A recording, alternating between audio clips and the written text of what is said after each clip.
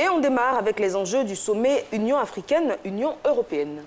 Et c'est le journaliste Clément Yao qui nous les livre dans Diaspora News.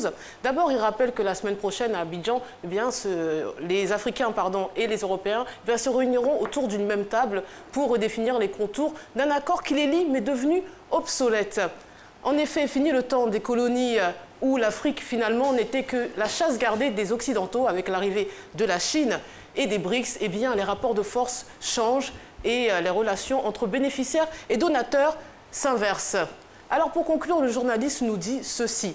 Avec ce sommet, il est peut-être temps pour les Européens de revoir leur copie dans les termes des futurs échanges avec l'Afrique au vu de la concurrence sur le terrain. Jeune Afrique s'intéresse aussi à ce sujet et y consacre même un dossier spécial. Mais j'ai choisi une information particulière, la facture, car qui va payer la note? Alors contrairement à Muammar Kadhafi, qui en 2010 avait organisé le dernier sommet UE-UA sur le continent, eh bien le chef de l'État, Alassane Ouattara, ne compte pas régler seul la note et il le fait savoir. Alors au départ, la facture était estimée à 11,5 millions d'euros. Et désormais, elle atteindrait 22 millions d'euros. Alors l'Union africaine a annoncé qu'elle ne pouvait pas donc apporter une aide financière, tandis que l'Union européenne, elle, a accepté de contribuer à hauteur de 2,8 millions d'euros de plus que ce qu'elle avait prévu, soit un total de 8 millions d'euros. On poursuit avec les indiscrétions de Jeune Afrique.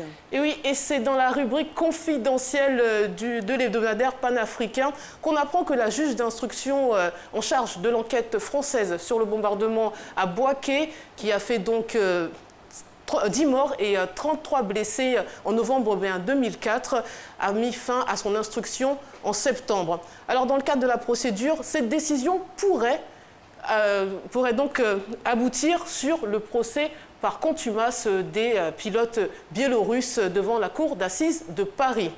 Autre confidence, elle concerne l'ex-chef de l'État français, Valéry Giscard d'Estaing.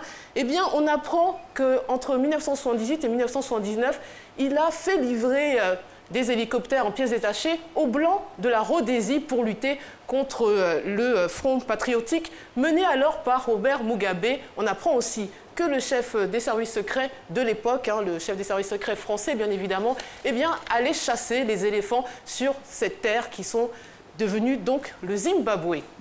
Et on finit comme chaque lundi avec le récapitulatif de la semaine écoulée en images.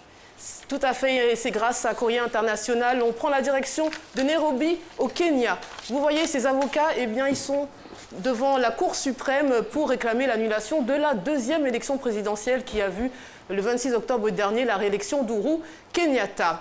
On poursuit cette fois-ci avec le Zimbabwe à Harare. On y voit donc l'armée. C'était le 15 novembre dernier qui s'est installée à une intersection pour réguler le trafic après avoir pris le contrôle du pays. L'autre image est sportive, c'est le mondial 2018 qui continue son hécatombe. Sur la photo, on y voit donc Gianluigi Buffon, le gardien italien, à la fin de la rencontre face à la Suède. La squadra Azzurra n'a pas pu se qualifier pour la Russie, comme vous le savez, ainsi que la Côte d'Ivoire. Pas besoin de le rappeler. Alors cette photo, c'est à New Delhi, en Inde. Depuis plus de 2 semaines, les 22 millions d'Indiens dans la capitale suffoquent sous un air saturé de particules fines dont la concentration atteint 20 à 30 fois le seuil d'alerte. Et pour finir, cette photo surprenante d'un parachutiste de l'armée américaine qui salue avant d'effectuer une démonstration. Alors c'est un très beau cliché qui j'espère plaît à notre rédactrice en chef Khadifa Diga, puisque Eva Marcelin et moi-même, nous cotisons pour lui offrir ce merveilleux cadeau de Noël qui, j'espère, lui fera plaisir. Et c'est une idée de Marcelin, je tiens à le dire. À demain. Espérons.